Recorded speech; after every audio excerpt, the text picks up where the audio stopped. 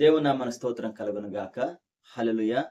దేవుడు మనల్ని ప్రేమించి మరొక దినం వాక్యాన్ని ధ్యానించే కృపను మనకిచ్చినందుకు దేవుని కృతజ్ఞతాస్తుతులు చెల్లిస్తున్నానండి. తలలో ఉంచినట్లయితే ప్రార్థన ద్వారా ఈ కూడికను మొదలు పెట్టుకుందాం. కృప కలిగిన దేవ, దయ కలిగిన మా ప్రభువా, నీ ఘనమైన పాదములకు వేలాది స్తుతులు స్తోత్రాలు నాయన. నిన్న నేడు ఏకరీతిగా ఉన్న గొప్ప దేవ, నీకే వందనాలు స్తోత్రాలు నాయన. తండ్రి, మమ్మల్ని ప్రేమించిన ఆయన మరొక దినం తండ్రి వాక్యాన్ని ధ్యానించి కృప వందనాలు స్తోత్రాలు. ప్రభువా, నన్ను నీ సిలువ చాటును మరుగుపరుచుకొని దేవా నీ ఆత్మతో నడిపించమని యేసు పరిశుద్ధ నామమున అడిగి వేడుకొని ప్రార్థిస్తున్నాం తండ్రి. ఆమేన్.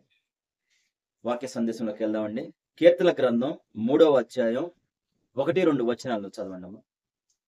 యెహోవా, ఉమ్, నన్ను బాధించువారు ఉమ్, ఎంతో విస్తరించి ఉన్నారు. ఉమ్, నా మీదకు లేచువారు ఉమ్, అనేకులు. ఉమ్, దేవుని వలన ఉమ్, అతనికి రక్షణ ఏమీయూ దొరకదని ఉమ్. నన్ను గూర్చి చెప్పువారు అనేకులు. అనేకులు. ఆమేన్. చూడండి, ఇది విలాపముతో దేవునికి విన్నవించిన కీర్తన. కీర్తనలో దాదాపు ఏమండి 3 వంతులుగా కీర్తనలు ఈ విధంగానే ఉంటాయి. ఈ వర్ణనకు చెందినవే. ఎందుకంటే ప్రియ దేవుని బిడ్డ, ఒక బాధ వేదన అనే కీర్తనలో మనం ఎక్కువగా ధ్యానించిన కీర్తనలోనే ఉంటుంది. విశ్వాసికి వచ్చిన కష్టం గాని, ఏమండి బాధ గాని, లేక జరిగిన అన్యాయం గాని, ఏదైనా గాని ఖచ్చితంగా మనం దేవుని వైపే, దేవునిలో ఖచ్చితమైన నమ్మకంతో కలిగి ఉంటాం. ఎందుకంటే మన బాధ, మన వేదన దేవునితోనే మనం పంచుకునే వారుగా ఉంటాం. ఈ ఈ యొక్క అధ్యాయం దావీదు కుమారుడైన అబ్షాలోము తరుముతుండగా దావీదు రచించిన కీర్తన ఇది. తన కుమారుడు తనని చంపి తన సింహాసనం మీద ఆసీనుడై ఉండాలని ఒక ఆలోచనతో తను తరుపుతున్నాడు. ప్రియా దేవుని బిడ్డ, చూడండి, ఆ ఎంతో బాధ వేదనతో తన సొంత వారే తరుముతున్నప్పుడు ఎంతో బాధ వేదనతోనే దావీదు చెప్తున్న కీర్తన ఇది. ఏమండి, విశ్వాసుల్లో కూడా మనం బాధలు, వ్యతిరేకతలు ఎదుర్కొంటున్నప్పుడు తన దైవిక సంకల్ప ప్రకారం తన పక్షంగా వ్యవహరిస్తాడని దేవుని వైపు మనం నమ్మకం కలిగి జీవించాలి. దేవుణ్ణి మన ఆశ్రయం, దేవునికి మనం మొరపెట్టాలి. అది ఎట్లా అంటే, నీవే నా కేడము, నీవే నా డాలు అని దేవుని మనం మన ఒక ఆస్వాదబోధంగా మనం మాట్లాడుకునే విధంగానే ఉండాలి, ప్రార్థన చేసే విధంగా ఉండాలి. చూడండి ప్రియ దేవుని బిడ్డారా, శత్రువు బయట నుంచి వచ్చాడు అనుకోండి, అది పెద్ద దాగుండొచ్చు, అది పెద్ద బాధ అనిపించదు. ఎందుకంటే వద్దనుకుంటే తను కొన్ని విషయాల్లో మనం తగ్గిపోతే సరిపోద్ది అనుకోండి. కానీ సమస్య మన కుటుంబం నుంచి మొదలైనప్పుడు దాని యొక్క బాధ వేదన చాలా విపరీతంగా ఉంటుంది. ఎందుకంటే అది ఎవరికి వివరించలేము, ఎవరికి మనం చెప్పుకునే విధంగా కూడా ఉండదు. ఎందుకంటే ఆ యొక్క పరిస్థితులు అలా ఉంటాయి. చూడండి, మనం చూసినట్లయితే 2 సమూయేలు గ్రంథం 15వ అధ్యాయం 30వ వచనాన్ని చూద్దాం. అయితే ఉమ్, దావీదు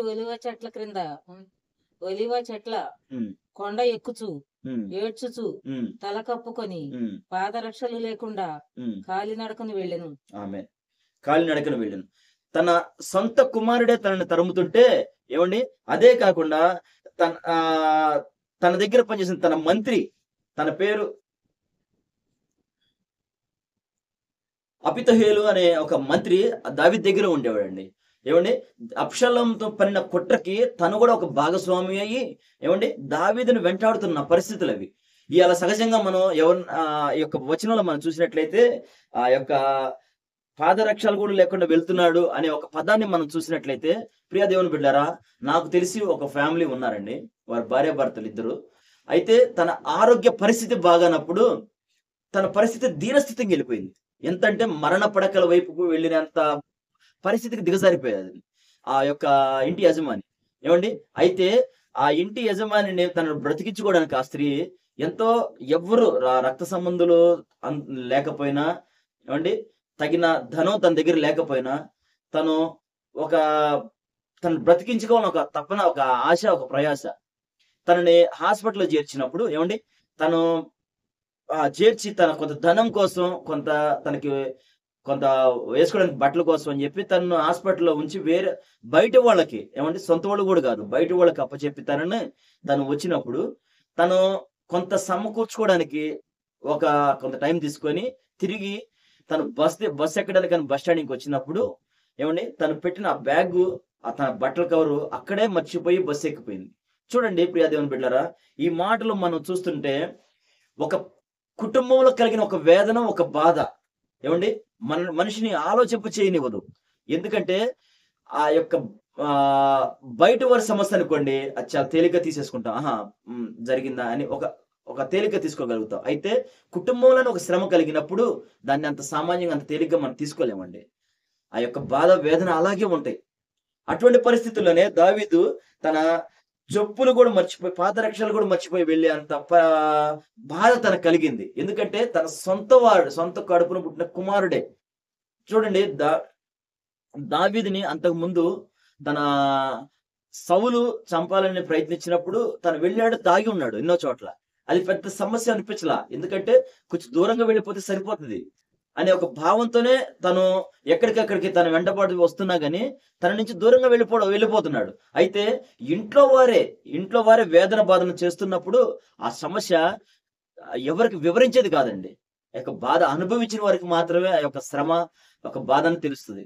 చూడండి అదే విధంగా మనం అటువంటి పరిస్థితిలో మనం ఉన్నప్పుడు, మనం దేవునికి ఏ విధంగా మొరపెట్టాలనేది కీర్తనల గ్రంథం అదే 3 అధ్యాయంలో 4, 5 వచనాలమ్మ. ఒకసారి చదవండి. ఎలుగెత్తి హ్మ్. నేను యెహోవాకు మొరపెట్టినప్పుడు ఆ! ఆయన తన పరిశుద్ధ పర్వతము నుండి హ్మ్. నాకు ఉత్తరమిచ్చును. హ్మ్. యెహోవా నాకు ఆధారము. హ్మ్. కావున ఆ! నేను పండుకొని నిద్రపోయి మేలుకొందును. మేలుకొందును. ఆమేన్. ప- చూడండి పడుకొని నిద్రపోయిన మేలుకొందును. చూడండి మనపూర్వకంగా దేవునికి మొరపెడితే ఆయన మన ఆయన ప్రార్థన వింటాడండి. నమ్మకంతో ఎట్లా? ఏవండీ ఆయన చేస్తాడనే నమ్మకంతో ఎట్ ఎ నమ్మకంతో మనం చేయాలి ఆ ప్రార్థన. ఎట్లంటే ఎడతెగక. ఎందుకంటే మనకి సమస్యని తీర్చగలిగిన వాడు దేవుడే. మనుషుల వైపు మనం ఈరోజు గనక మనం చూసినట్లయితే వాళ్ళ ఎగతాళిగా మాట్లాడతారండి కొన్ని కొన్ని పరిస్థితుల్లో. వాళ్ళ కుటుంబంలోనే వాళ్ళు చేసుకోలేకపోయారా? ఇట్లా చేసుకోకూడదా? అట్లా చేసుకోకూడదని ఎవరికి ఇష్టం వచ్చిన సలహాలు వాళ్ళు ఇస్తూ ఉంటారు. కానీ ఆ శ్రమ నువ్వు అనుభవిస్తున్నావు కదా! ఆ బాధ నీది గదా! అది దేవుడికి మాత్రమే తెలియపరచాల.